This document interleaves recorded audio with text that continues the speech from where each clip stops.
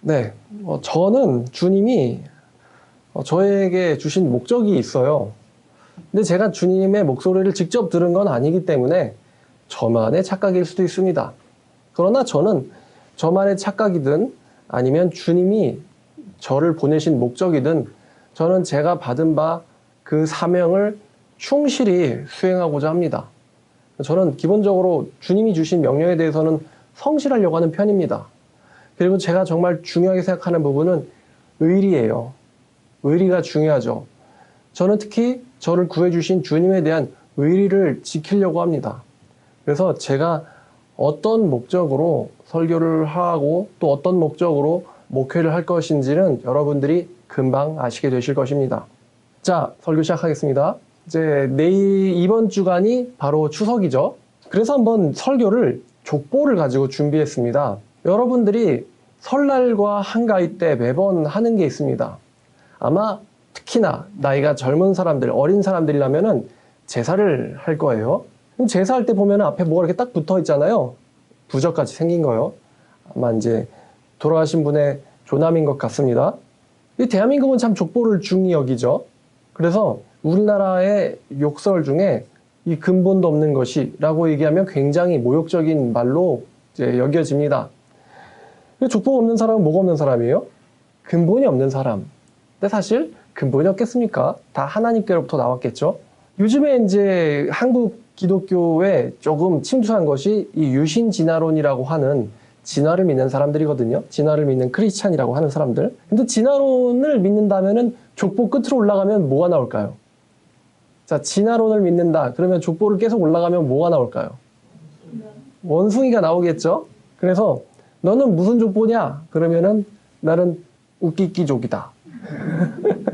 이렇게 이야기할 것 같습니다. 진화론 믿는 사람들은 사실 족보 이야기를 하면 안 돼요. 그런데 이 진화론을 믿는 사람들이 성경의 오류를 지적을 하는데 그 오류의 대표적인 것 중에 하나가 바로 이 마태복음과 누가복음에 나타난 예수의 족보가 다르다라는 것입니다. 여러분 혹시 알고 계셨어요? 마태복음 1장에 나오는 족보와 누가복음 3장에 나오는 예수의 족보가 약간 다르다는 것을 여러분 알고 계셨습니까? 뭐 무슨 이유가 있겠지라고 생각을 했었지만 제가 오늘은 이것에 대해서 연구를 하고 여러분들에게 같이 공유하고자 합니다. 족보 이야기 재미없을 수 있기 때문에 가능한 한 빨리 하겠습니다. 먼저 누가복음 1장을 보시죠. 자, 누가복음 1장 1절부터 4절까지인데요. 우리 중에 이루어진 사실에 대하여 처음부터 목격자의 말씀에 일꾼된 자들이 전하여 준 그대로 내력을 저술하려고 붓을 든 사람이 많은지라. 자, 그러니까 누가에 따르면요. 예수 그리스도의 역사에 대해서 기록하려고 했던 사람들이 많았다라고 합니다. 겨우 4명 있었던 것이 아니라 많았다라고 합니다. 그리고 누가 역시 그 모든 일을 근원부터 자세히 미루어 살핀 나도 데오빌로 각하에게 차례대로 써보내는 것이 좋은 줄 알았노니 이는 각하가 알고 있는 바를 더 확실하게 하려 함이로라. 보니까 여러분 사도행전 20장에 유두고라는 사람이 떨어져 죽죠. 근데 사도 바울이 먼저 떠나거든요. 이 드로아에서 먼저 아소로 떠나는데 그 이유는 죽었다가 살아난 유두고란 청년에 대해서 누가는 조사하고 싶었을 겁니다. 정말 죽었었던 게 맞을까? 그리고 이 사람은 정말 건강하게 된 것이 맞을까? 누가는 모든 것을 철저하게 연구하고 조사하려는 성격을 가진 아주 꼼꼼한 사람이에요. 원래 직업이 의사죠, 누가가. 자, 이 누가가 자기의 지성을 사용해서 예수에 대해서 철저하게 조사를 했던 것 같습니다. 3절에 보니까 그 모든 일을 근원부터 자세히 미루어 살폈다라고 하는데 여기서 미루어 살폈다라는 부분을 제가 원어를 통해 찾아봤더니 이 미루어 살폈다라는 말은 영어로 하니까 investigate더라고요. 무슨 뜻이죠? 조사하다라는 뜻입니다. 조사하다. 가장 처음부터 기초적인 것부터 자세하게 조사해서 상세히 알고 있는 나도 각하에게 이것들을 써보내는 것이 좋은 줄 알았다. 왜냐하면은 4절에 이는 각하가 알고 있는 바를 무엇하려고 한다고 했습니까? 더 확실하게 하려고. 이게 확실하게 한다는 게 무슨 말일까요? 더 굳건하게 믿게 하기 위해서라는 말입니다. 더 굳건한 믿음을 갖게 하기 위해서 붓을 들었다는 거예요. 여러분, 강한 믿음은 지식과 같이 옵니다. 물론 맹신적인 믿음도 강할 수가 있습니다만 맹신적인 믿음보다 훨씬 더 단단한 믿음은 모든 것을 자세히 살펴 이루어 보면서도 믿고 있는 마음입니다. 이게 정말로 이성적인 신앙이고 모든 크리스찬들이 추구해야 될 이상적인 삶이기도 합니다. 우리 한국교회가 그동안은 성경을 자세히 따지지 않고 여태까지 그냥 아멘하고 온 부분이 있어요. 그런데 제가 이제 시대가 흘러가는 걸 보고 또 주님이 우리에게 성경을 주신 것들을 보고 생각해 본 결과는 주님이 우리에게 이성적인 신앙을 하게 하시려고 우리의 머리를 지으신 것이라는 생각이 듭니다. 여러분, 이성적인 신앙을 하는 사람들은 굉장히 머리가 좋습니다. 왜냐하면 신앙이란 영역은 이성으로조차도 밝히기 힘든 부분이거든요.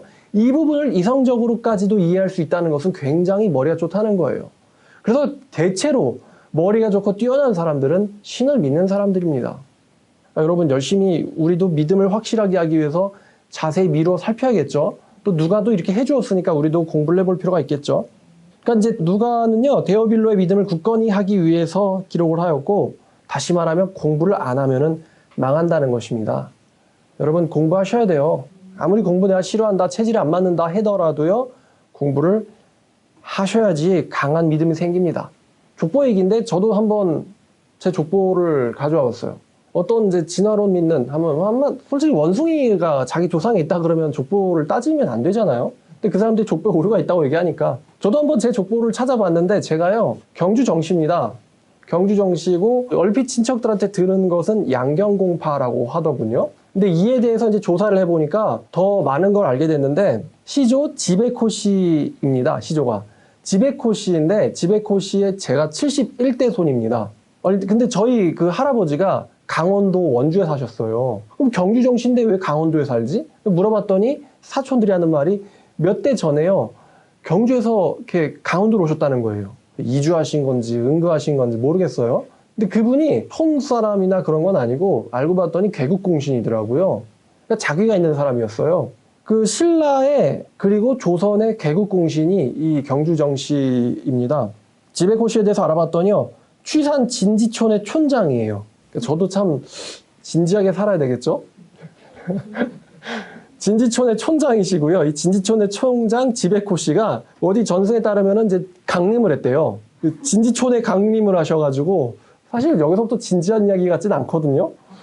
그래서 6째 촌을 이루었는데 6촌의 촌장들이 모여서 야, 우리도 임금을 세워야겠다라고 고민하고 있던 차에 마침 한 알이 보였다입니다. 그래서 그 6명의 촌장이 이 알에서 나온 애를요, 임금으로 추대해서 그 사람이 바로 혁거세가 된 거죠. 그리고 그 이제 공을 인정받아서 신라 3대 왕인 유리왕 때 정씨라는 이 성씨를 하사를 받습니다. 때가 언제냐면 이 박혁거세 씨가요, 기원전 57년부터 기원 후 4년까지 왕을 했던 사람이에요.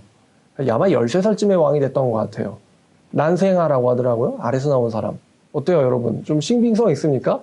지금부터 겨우 2090년쯤, 80년쯤 이야기입니다만, 어떻게 강림에 따르는 지베코 씨의 이야기 시작, 좀 설득력 있나 모르겠네요.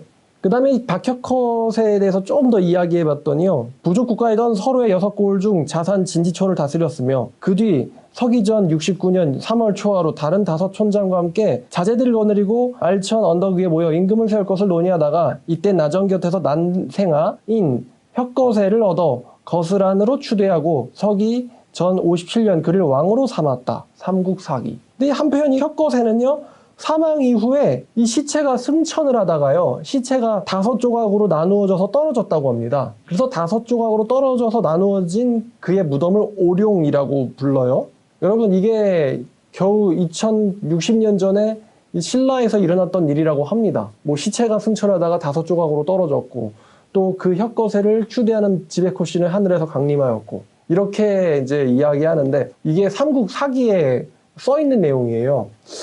여러분 어때요? 신빙성이 있나요? 삼국 사기인가? 김부식 씨가 1145년쯤에 고려시대에 지은 거죠. 그러니까 이 일이 일어난 뒤로부터 1200년쯤 뒤에 그냥 한 방에 지은 거예요. 그럼 어떻게 그걸 알았을까? 1200년 전의 일을. 성령의 계시로? 그 근거가 사실 이 김부식 씨의 근거밖에 없는 거예요. 이런 이야기들은. 뭐 알이 나왔다는 둥, 하늘에서 강림했다는 둥, 시체가 올라갔다는 둥. 근데 이제 이런 아마 우리 모두가 아마 족보를 따져 올라가면 이런 스토리들이 다들 있을 겁니다. 겨우 2000년 전의 이야기입니다. 사실상은 성경과 거의 동시대 이야기죠. 근데 제가 중동 고대 역사를 좀 공부를 하니까 그 당시에 되게 위대했던 제국들이 있었잖아요. 아시리아부터 시작해서 페르시아, 또 그리스, 그다음에 셀레우코스와 같은 디아도코이들, 그다음에 로마 제국. 사실 로마 제국 때 이야기거든요. 요 이야기는요. 그때 로마 제국이 함대를 거느리고는 뭐 악티움 해전이라든가 이런 전쟁을 하고, 여러분 배너 보셨죠? 딱 배너 때 이야기예요. 배너 때 이야기인데 그때 여기서는 알을 까고 뭐 알을 섬기고 왕으로 추대하고 그런 이야기들을 사실은 믿고 있었다는 거고, 이게 우리나라의 건국 신화죠. 믿을만 합니까? 자, 성경을 읽겠습니다. 마태복음 1장입니다. 아브라함과 다윗의 자손 예수 그리스도의 계보라. 아브라함이 이삭을 낳고 이삭은 야곱을 낳고 야곱은 유다와 그의 형제들을 낳고 유다는 다말에게서 베레스와 세라를 낳고 베레스는 헤스론을 낳고 헤스론은 람을 낳고 람은 아미나답을 낳고 아미나답은 나손을 낳고 나손은 살몬을 낳고 살몬은 라합에게서 보아스를 낳고 보아스는 루색에서 오벳을 낳고 오벳은 이셋을 낳고 이셋은 다윗 왕을 낳으니라. 다윗은 우리아 아내에게서 솔로몬을 낳고 솔로몬은 르호보암을 낳고 르호보암은 아비야를 낳고 아비야는 아사를 낳고 아사는 여호사밧을 낳고 여호사밧은 요람을 낳고 요람은 우시아를 낳고 우시아는 요담을 낳고 요담은 아하스를 낳고 아하스는 히스기야를 낳고 히스기야는 므낫세를 낳고 므낫세는 아몬을 낳고 아몬은 요시아를 낳고 바벨론으로 사로잡혀갈 때에 요시아는 여고냐와 그의 형제들을 낳으니라. 바벨론으로 사로잡혀간 후에 여고냐는 스알디엘을 낳고 스알디엘은 수르바벨을 낳고 수르바벨은 아비웃을 낳고 아비웃은 엘리야김을 낳고 엘리야김은 아소로를 낳고 아소로는 사독을 낳고 사독은 아킴을 낳고 아킴은 엘리웃을 낳고 엘리웃은 엘르아사를 낳고 엘르아사는 mat단을 낳고 mat단은 야곱을 낳고 야곱은 마리아의 남편 요셉을 낳았으니 마리아에게서 그리스도라 칭하는 예수가 나시니라. 그런즉 모든 대수가 아브라함부터 다윗까지 14대요. 다윗부터 바벨론으로 사로잡혀갈 때까지 14대요. 바벨론으로 사로잡혀간 후부터 그리스도까지 14대더라. 훨씬 더 있어 보이죠? 성경의 기록이요. 시작할 때 이제 단어 공부를 하나 할 건데, 첫 번째가 아브라함과 다윗의 자손 예수 그리스도의 계보라고 나와 있습니다. 계보. 족보와 같은 뜻이죠. 근데 계보라는 단어가 헬라어로 봤더니 게네시스예요. 게네시스. 이 게네시스에서 나온 영어 단어가 있는데 뭘까요? 제네시스. 그죠? 제네시스가 바로 이 게네시스에서 나왔어요. 여러분, 제네시스가 무슨 뜻이죠? 창조, 태초에라는 뜻이 있죠? 태초의 시작에 이런 뜻이 있어요. 그래서 제네시스. 자동차 브랜드이기도 하고 사실 성경을 그대로 가져온 거죠. 창세기의 이름이기도 합니다. 근데 바로 이 마태복음도 이 게네시스로 시작한다는 것이죠. 이 게네시스라는 단어는요, 시작, 기원, 탄생, 계보라는 뜻이 있습니다. 게네시스. 그럼 시작, 우리가 계보라고만 이해할 수도 있지만 예수 그리스도의 시작이다. 이렇게 이해할 수도 있겠죠.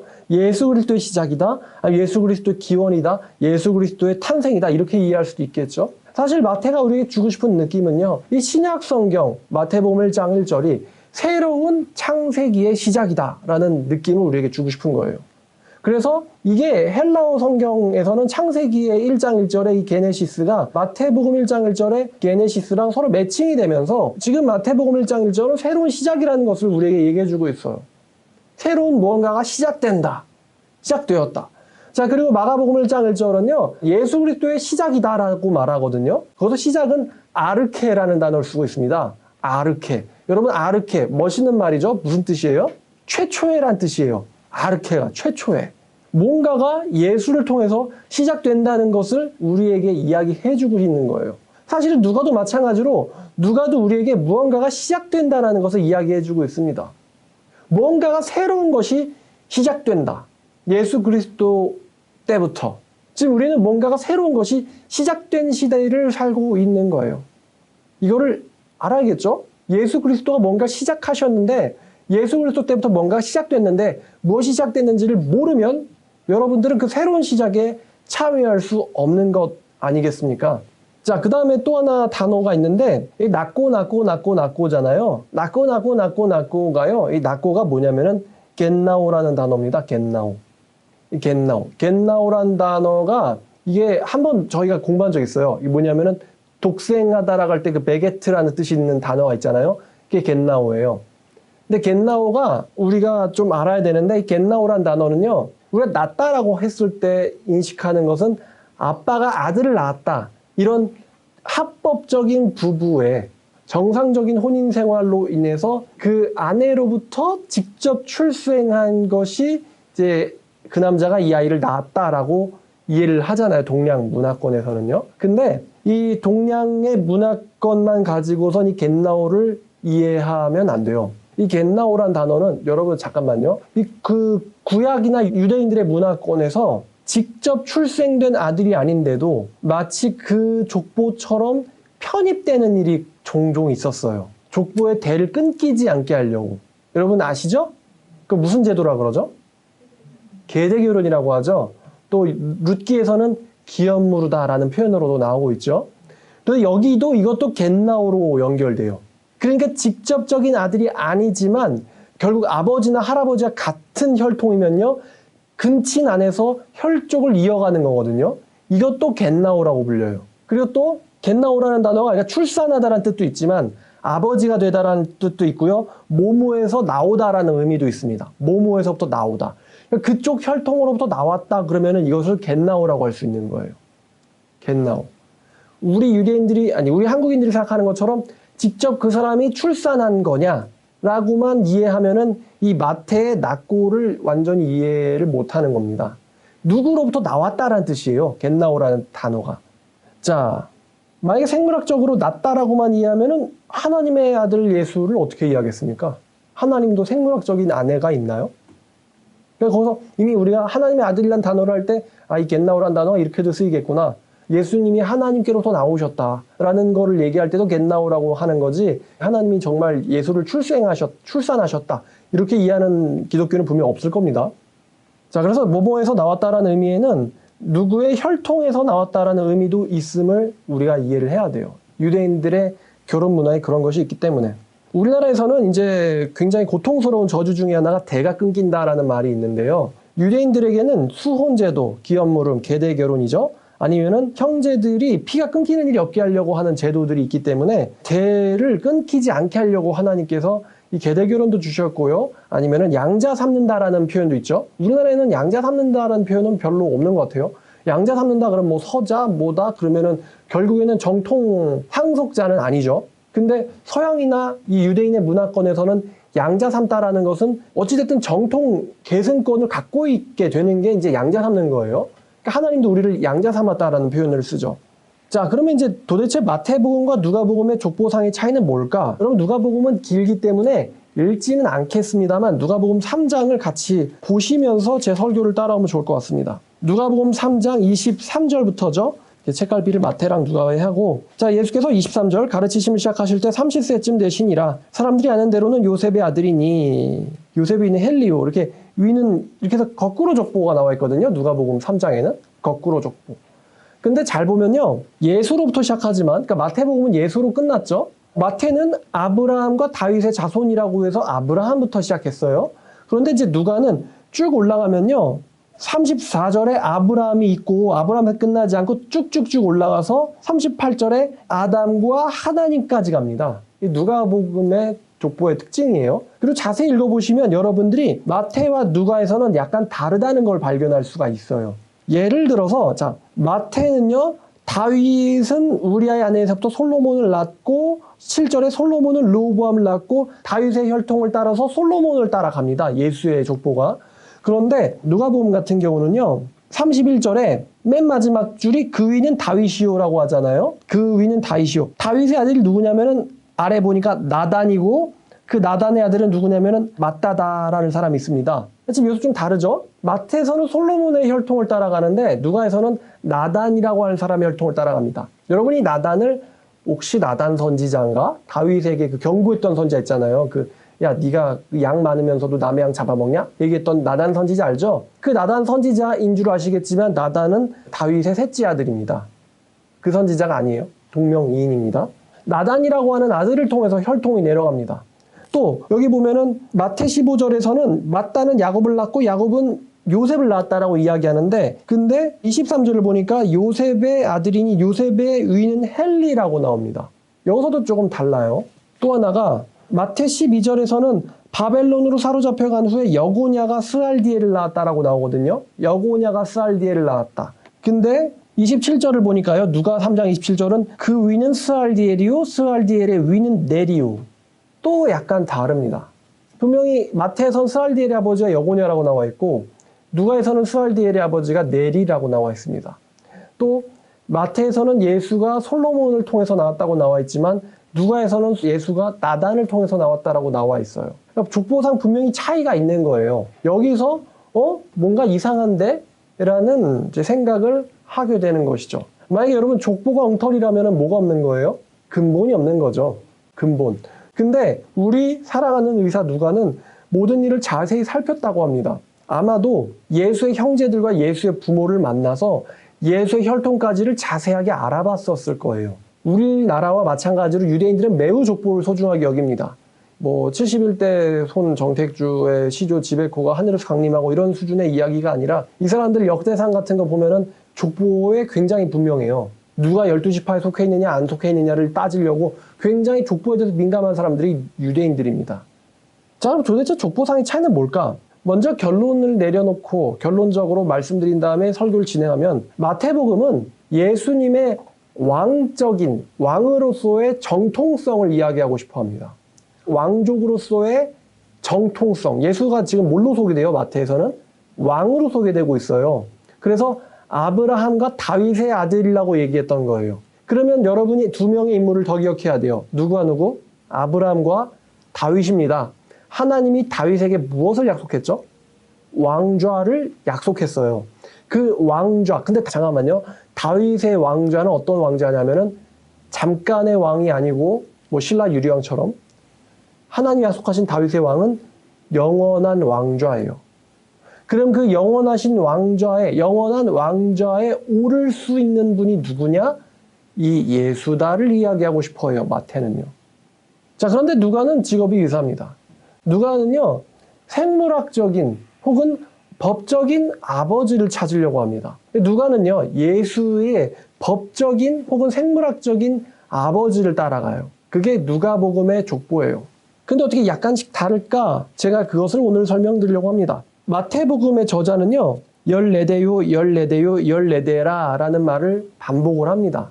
여러분이 안 세보셨죠? 14개 맞겠지라고 생각해봤겠죠? 14대요, 14대요, 14대더라. 지금 14, 14, 14를 반복하잖아요. 의도적으로 이 족보를 14, 14, 14로 만들었어요. 마태는요. 그리고 또 여기 보면 여러분이 누가 누구를 낳고 누가 누구를 낳고라고 하는데 사실상 굉장히 많은 사람들이 마태에서는 생략돼 있습니다. 제가요 대를 따져봤는데 마태복음에서 예수 그리스도는 아브라함의 41대입니다. 아브라함의 41대예요. 여러분 14 곱하기 3 하면 얼마예요? 42죠?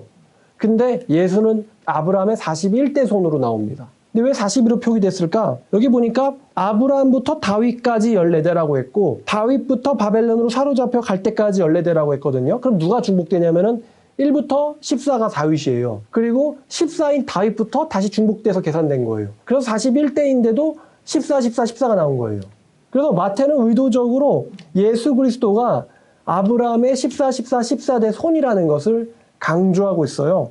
아마도 이 마태복음의 족보 1장 6절부터 11절까지는 역대상 3장 10절부터 14절을 참조했을 건데 역대상 3장이 족보에 대한 이야기라는 것도 여러분 참고로 해두세요. 자, 따라서 이 마태복음이 강조하고 싶은 것은요. 예수가 아브라함의 언약의 합법적인 상속자다. 예수는 아브라함의 언약의 합법적 상속자다라는 것을 강조하고 싶으면서도 동시에 예수는 다윗 언약의 상속자다라는 것도 강조하고 싶어 하는 거예요. 아브라함의 언약과 다윗 언약을 알고 있어야지 왜 아브라함과 다윗의 자손 예수라고 설명하고 있는지가 이해가 되는 거예요.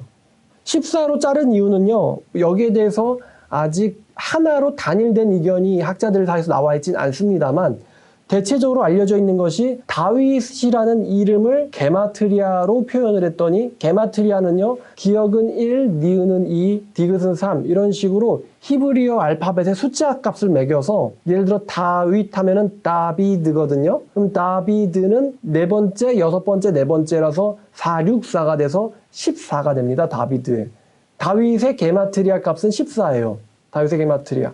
그 헬라어의 짐승이 게마트리아로 666이라는 값을 갖고 있습니다. 반대로 또 예수는 게마트리아로 888이라는 값을 갖고 있죠. 자, 14로 자른 이유는 아마도 다윗이라는 이름을 강조하고 싶어서일 수도 있다라고 생각됩니다.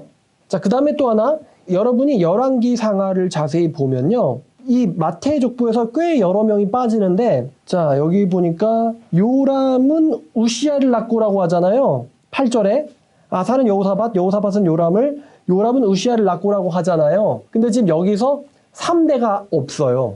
왜냐면은요, 요람의 아들은요, 아하시야입니다. 아하시야고, 아하시야의 아들이 요아스고요, 요아스의 아들이 아마샤예요. 그리고 아마샤의 아들이 우시야입니다. 근데 왜 그럼 3대가 빠졌을까? 이 왕들 중에 아하시야, 요아스, 아마샤가 이 3대가 빠진 이유가 뭘까 하는데, 아마도 이래요. 아하시야에 대한 기록을 찾아봤더니 아합의 길을 행했다라고 나옵니다. 여러분, 그 열왕기 상하에서 아합의 길로 행하였다라고 나오면은 이게 좋은 이야기야, 안 좋은 이야기예요? 결국 여호와가 보시기에 뭐를 행했다는 거예요? 악을 행하였다라는 것이죠. 여러분, 악을 행하면은 그 하나님의 약속의 법적 정통성을 갖게 됩니까? 상실합니까? 상실하죠. 예를 들어서 에서가요, 적법 정통 상속자였는데 이 사람이 경솔하게 뭘 팔아요? 자기 장자권을 팥죽 한 그릇에 바꿔 먹었죠. 그래서 그 이스라엘이라는 혈통의 정통성을 누가 가져갑니까? 야곱이 가져가죠. 그래서 아브라함, 이삭, 야곱의 하나님이라고 하죠. 사실 야곱은 차남이거든요. 적법 상속자가 아닌데도 이 장자의 불경건 때문에 야곱이 정통 상속자로 계승이 되고 있어요. 이 아하시야가 아합의 길로 행했다라고 합니다. 요아스는 조금 좋은 왕인데, 근데 그의 아들 아마샤도 역시 나쁜 길로 행합니다. 산당 제거를 하지 않아요. 근데 요아스는 좀 좋은 왕인데도 왜 같이 송두리째 빠졌을까? 이런 말씀이 있어요. 나를 거역하는 자에게는 몇 대까지 죄를 주겠다고 했냐면은 3대에서 4대까지 주겠다고 했거든요. 근데 이 아하시야의 엄마가 아달랴라고 하는 여자인데, 이 아달랴라고 하는 사람이 어떤 사람이죠? 예수의 족보를, 아예 왕족을 전부 다 말살시키려고 했던 정말로 끔찍한 여자가, 잔인한 여자가 이 아달랴예요. 의도적으로 하나님의 아들인 예수 그리스도 메시아를 낳지 못하게 하려고 왕족을 몰살시키려고 했던 사람이 바로 이 아달랴입니다. 엄청난 죄를 저질렀어요. 그래서 아마도 이 아달랴가 하나님한테 저주를 받아서 아달랴 당사자를 포함해서 1대, 2대, 3대, 4대, 즉 자기의 3대 후손까지는 예수 그리스도의 족보에 들어가질 못합니다. 그러니까 하나님의 입장에서 정통 상속자라는 것이 아니라는 거죠. 그 3명이 어머니 때문에. 왕족 멸살의 여자 아달랴가 아마도 하나님께 벌을 받아서인 것 같아요. 그래서 마태는 이 3명을 의도적으로 넣지 않습니다. 자, 한편 이제 이 누가복음은요, 누가는 자기가 자세히 미뤄 살폈다고 하는데, 여러분 아까 마태에서는 여고냐가 잡혀갈 때 그의 형제들을 낳고 스알디엘을 낳았다라고 이야기하거든요. 여고냐? 근데 이 여고냐를 누가복음은 아버지를 예수의 족보로 인정하지 않습니다. 보니까요, 27절에 스알디엘의 위는 레사요라고 얘기하거든요. 레사요. 그러면 이게 어떻게 된 거냐? 역대상 3장을 보면 스알디엘의 아버지가 여고냐로 나옵니다. 근데 누가는 예수가 여고냐를 통해서 나오지 않았다고 이야기하고 있어요. 그 이유는 이 여고냐가요, 악을 저질러서 예수의 대를 이을 정통성을 상실한 거예요. 여고냐가. 왕하 24장을 보면, 열왕기하 24장 8절과 9절을 보면요. 자, 여호야긴이 왕이 될 때 나이가 18세라. 이 여호야긴, 이 이름이 헷갈리죠? 김이 있고 긴이 있어요. 근데 김은 아빠고 긴은 아들입니다. 그래서 여호야긴이 왕이 될 때 나이가 18세라. 예루살렘에서 석 달간 다스리니라. 그의 어머니 이름은 느후스다요. 예루살렘 엘라단의 딸이더라. 여호야긴이 그의 아버지의 모든 행위를 따라서 여호와께서 보시기에 무엇을 행했다라고 나옵니까? 악을 행했다라고 나옵니다. 여러분, 악을 행했다 그러면 메시아의 정통성을, 그러니까 메시아의 대를 이을 족보에, 메시아의 족보에 오를 정통성을 상실해버리는 거예요. 그러니까 육체적인 아버지는, 스알디엘의 아버지는 여호야긴이 맞는데, 육체적인 아버지임에도 불구하고 예수 그리스도의 정통성을 상실합니다. 스알디엘의 아버지로서의 자격을 잃어버린다는 거예요. 왜? 여호와가 보시기에 악을 행했다. 그러면서 이 스알디엘의 계보는 그 위에 있었던 네리라는 사람에게로 붙는 거죠. 스알디엘의 계보가. 아마도 네리는 여고냐 학렬의 친척일 거예요. 네리는.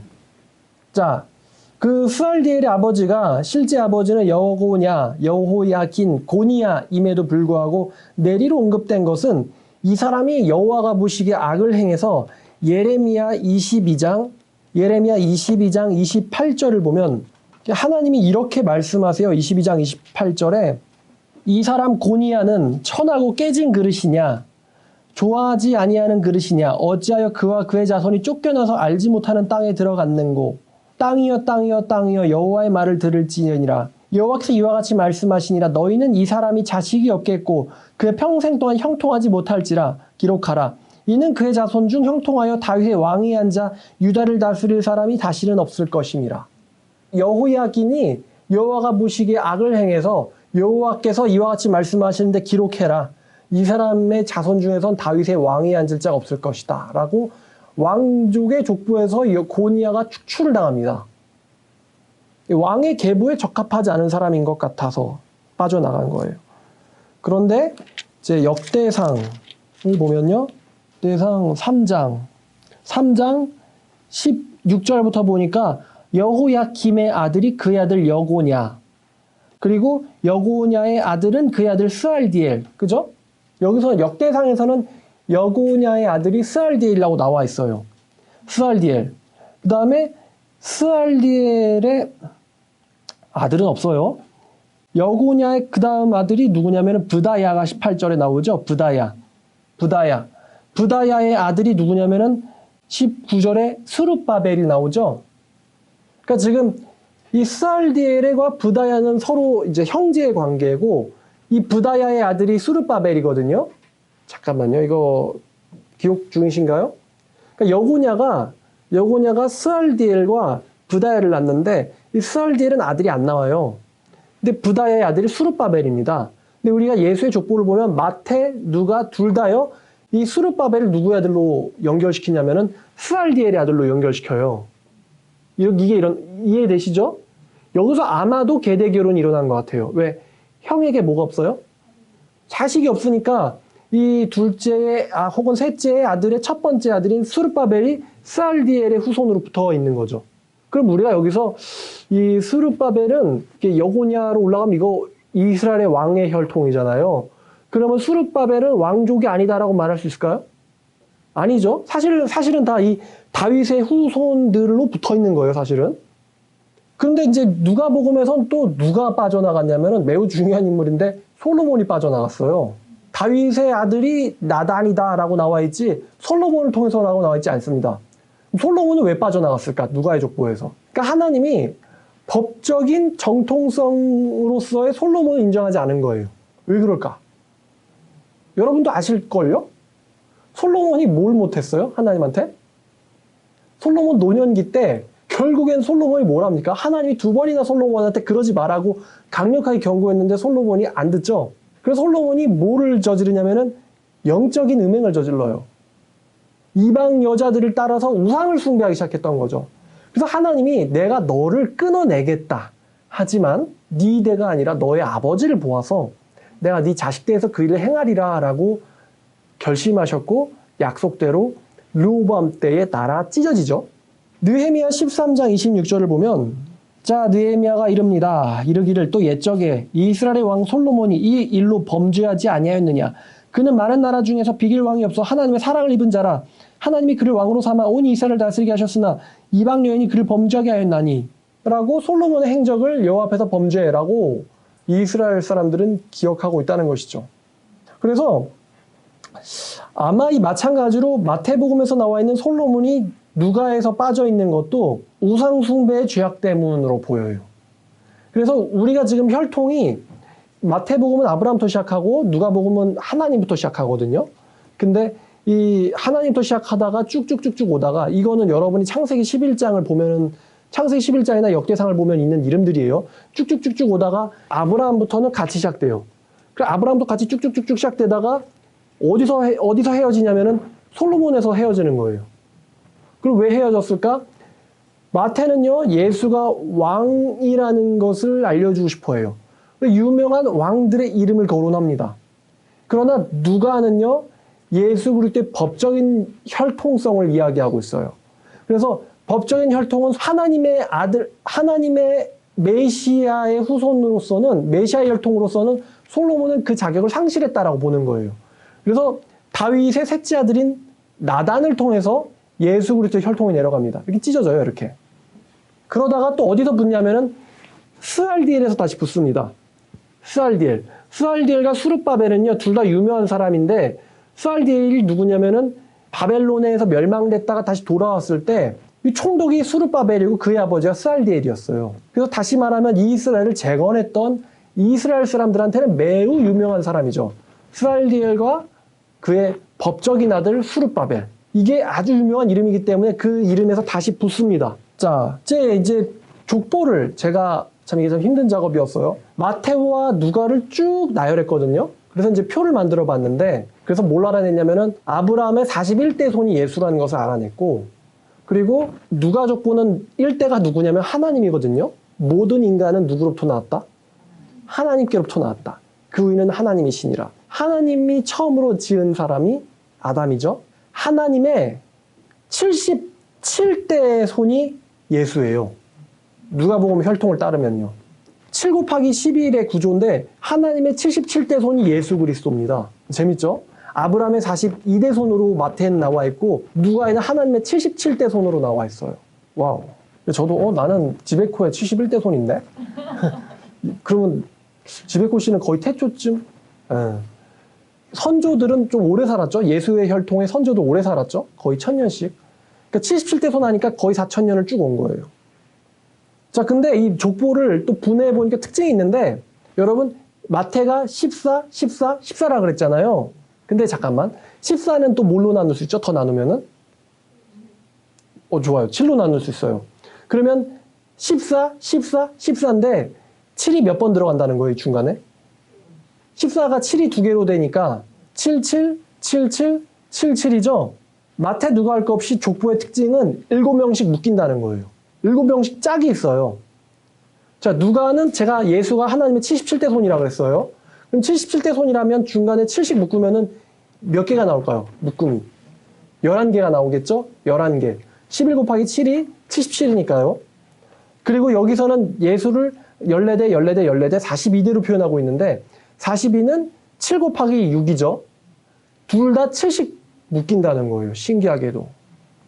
자, 그렇다는 것은 아까 예수의 계보라는 게 제니시스라는 뜻이 있다고 그랬죠. 예수 때부터 6번째가 지나서 7번째가 시작된다라는 거예요.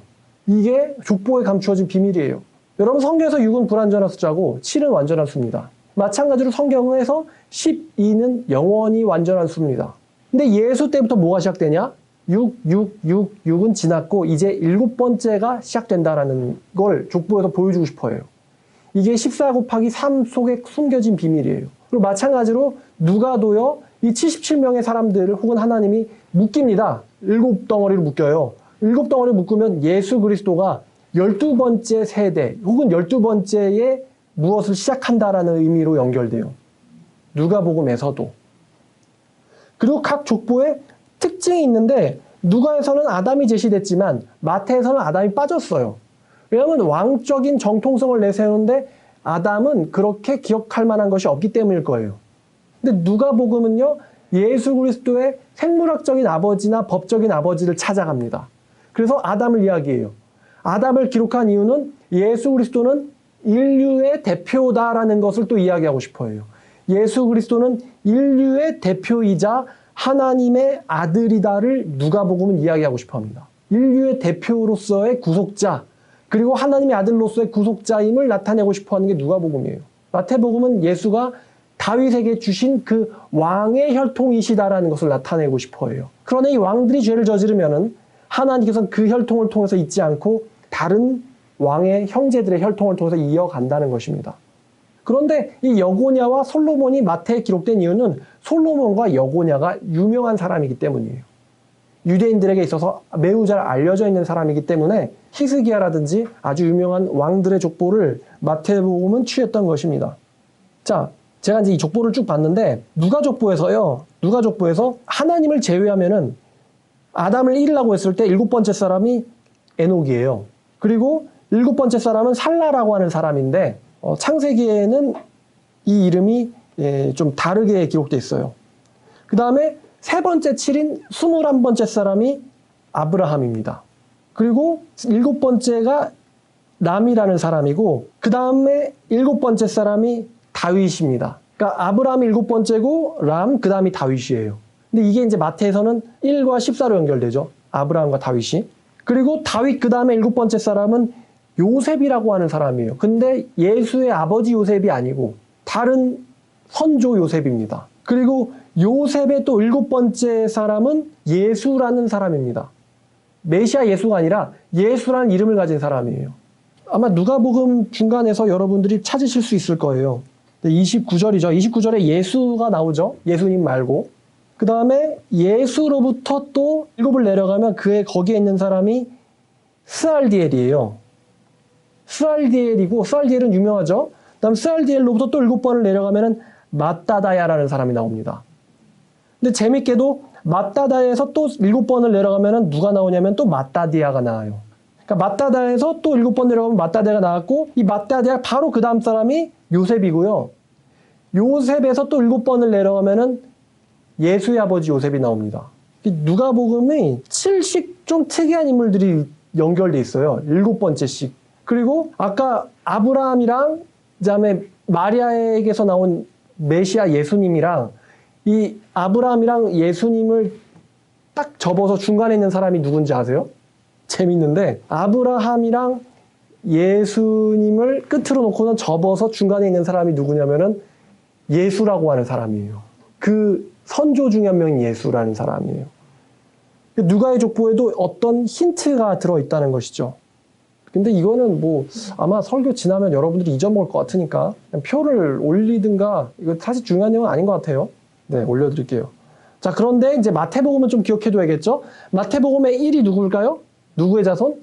아브라함. 그럼 마태에서 14번째는 누굴까요? 다윗.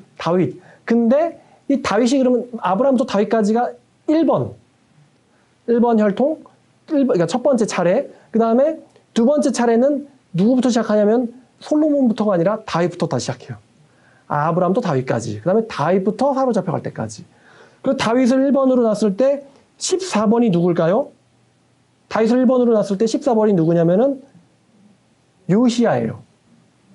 요시야. 잡혀가기 직전까지. 그 다음에 잡혀갈 때가 누구냐면은 자, 요시야까지가 14번. 요시야 다음 사람이 여고냐예요. 여고냐. 그럼 여고냐에서부터 14번이 누구냐? 예수예요. 그러니까 다윗은 중복된다는 거. 마태에서 42를 계산할 때 다윗은 중복된다. 아마도 중요한 사람이기 때문에 그런 것 같아요.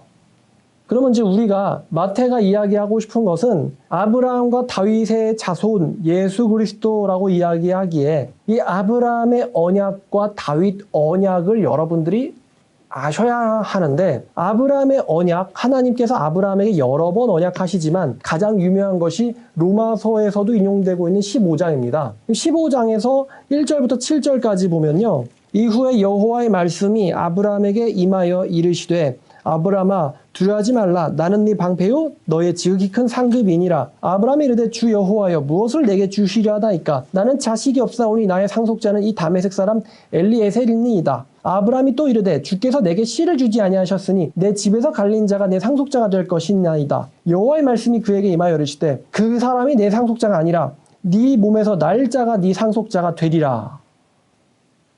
와, 이게 여러분 이제 마태 족보보다 해서 네 몸에서 날짜 하니까 누가 보여요?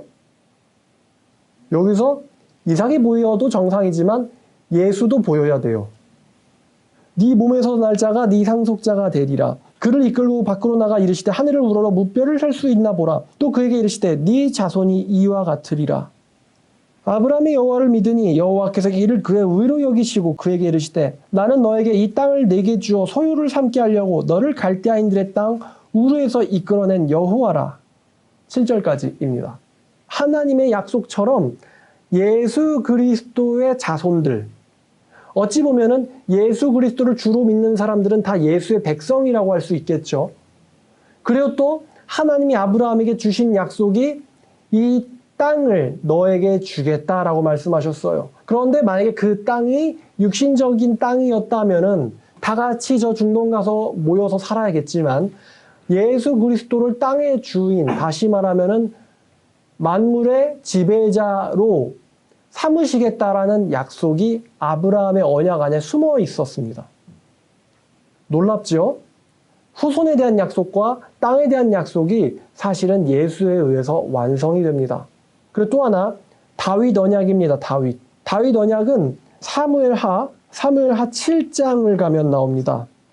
자, 사무엘하 7장 4절부터 17절까지 읽을 텐데요. 자, 그날 밤에 여호와의 말씀이 나단에게 임하여 이르시되, 이 나단은 그 예수의 혈통의 나단이 아닌 선지자 나단입니다.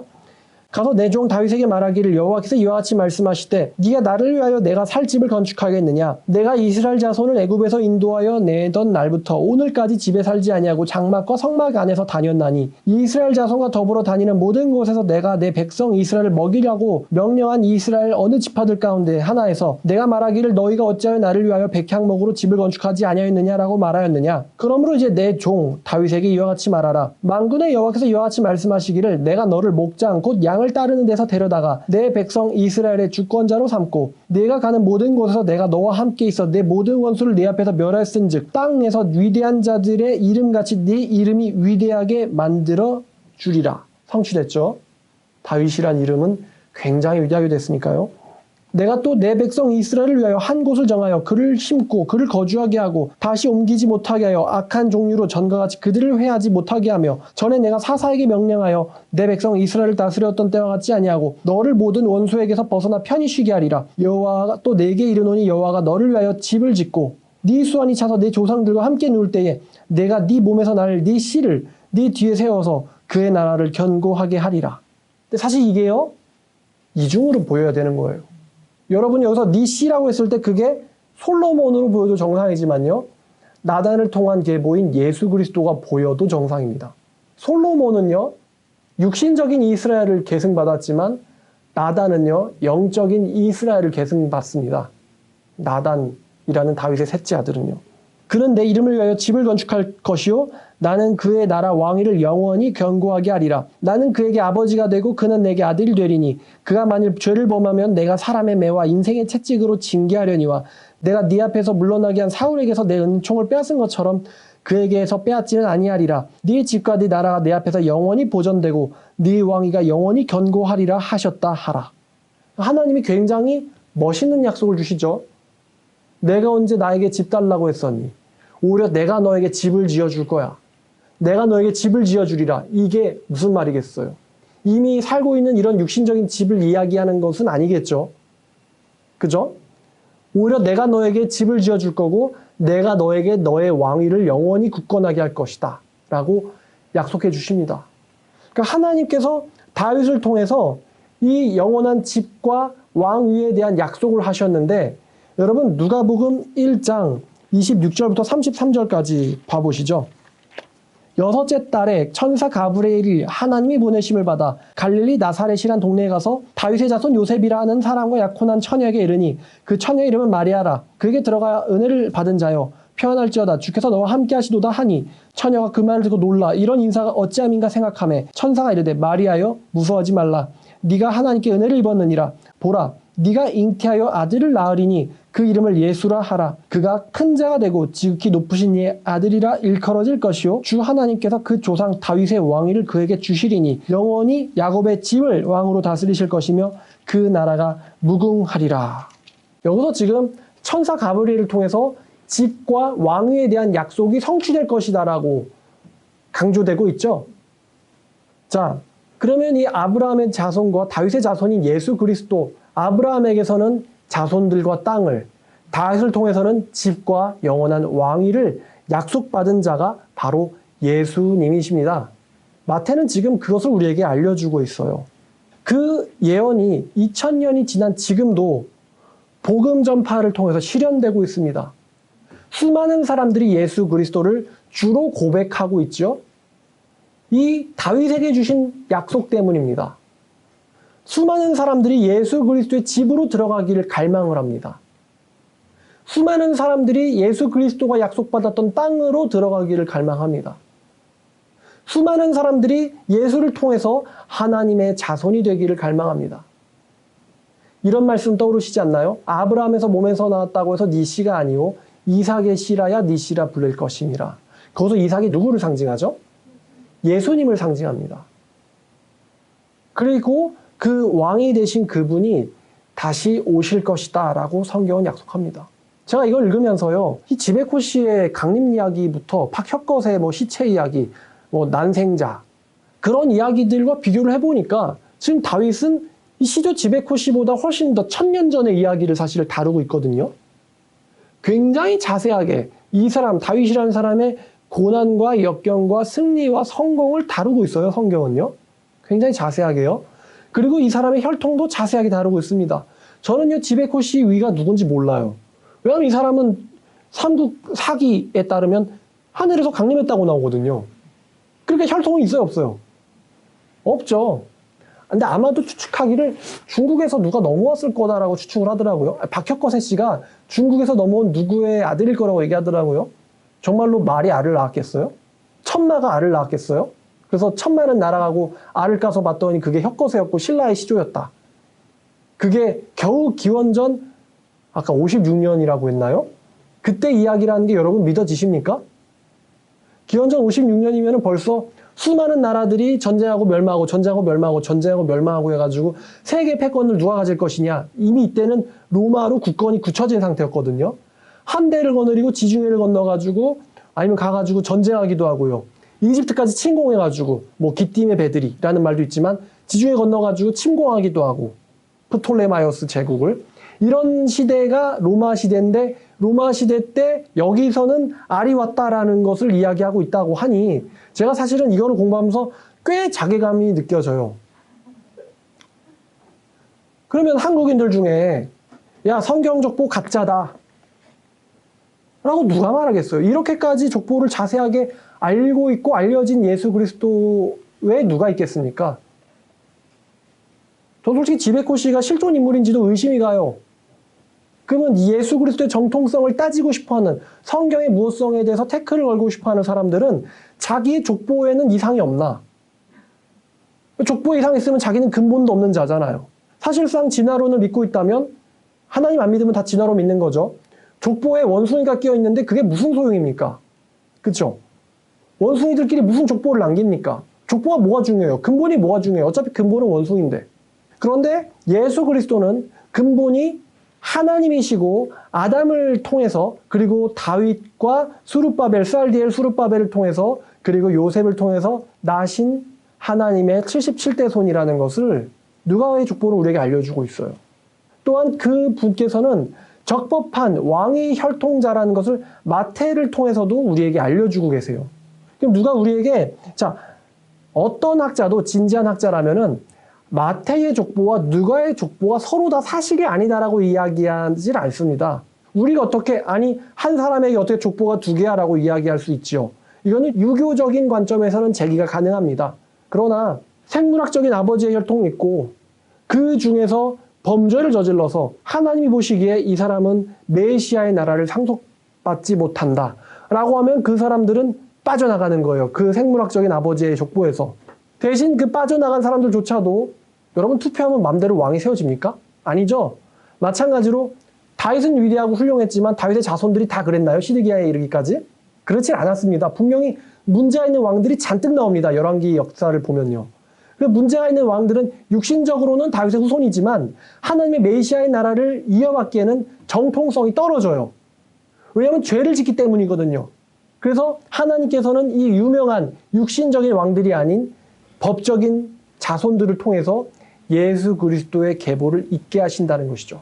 그러므로 마태의 족보나 누가의 족보나 둘 다 틀렸다라고 말할 수는 없을 것입니다. 왜냐하면은 이 낫다라는 의미, 유대인들의 낫다라는 의미를 미뤄보건대 예수 그리스도는 다윗의 혈통으로부터 오신 것도 사실이며 또한 솔로몬의 혈통에 속해 있는 것도 사실입니다.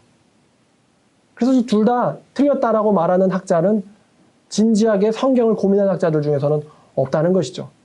분명 마태는 마태의 목적을 가지고 유대인들에게 마태복음을 기록했을 것이고, 의사 누가는 자세히 미루어 살펴서 누가 의사의 목적대로 그 목적을 위해서 족보를 살펴서 예수의 혈통을 저술했을 것입니다. 마지막 결론입니다. 왜 이방인 누가가 이렇게 예수의 족보에 대해서 자세하게 알고 있을까요? 얼마든지 사실은 마태가 훨씬 더 길게 저술할 수도 있었겠죠. 마태는 유대인이니까요. 그러나 유대인 마태는 대부분의 사람들을 생략하고 유명하거나 왕적인 혈통을 가진 사람들만 나열하고, 오히려 누가가 훨씬 더 자세하고 법적이고, 우리에겐 심지어 생소한 이름이 너무 많이 나옵니다. 누가의 족보에는. 심지어 이 요셉의 아버지라 불리는 헬리가 어떤 사람인지조차도 우린 잘 모릅니다. 아마도 수혼 계대 결혼을 했든지 아니면은 양자 삼아졌던지 했을 것 같아요. 혈족 간의 양자 삼는 일은요, 창세기에 보면은 야곱이 요셉에게 이렇게 말합니다. 너의 아들 중에서 에브라임과 므낫세는 내 것이다. 같은 혈통 안에서 자기 자식의 아들을 양자 삼는 거예요. 그리고 네가 애굽에서 낳은 아들들은, 지금부터 낳는 아들들은 네 것이 될 것이다. 이렇게 요셉 족보가 따로 나가고 에브라임의 족보가 따로 나가거든요. 에브라임은 야곱의 아들이 아니죠. 생물학적으로는 야곱의 손자입니다. 그런데 야곱이 그 아들을 내게 달라고 해서 야곱의 족보로 편승됩니다. 이런 일들이 유대인들의 족보에선 일어나죠. 왜요? 어떤 형들이 해서는 안 될 일들을 저질렀기 때문에 족보에서 합법적인 후계의 혈통을, 계승권을 잃어버리는 거예요. 그러니 이런 일이 유대인들의 족보에선 일어나죠. 아마도 헬리와 이 야곱 역시, 제가 말한 야곱은 마태복음에서의 요셉의 아버지입니다.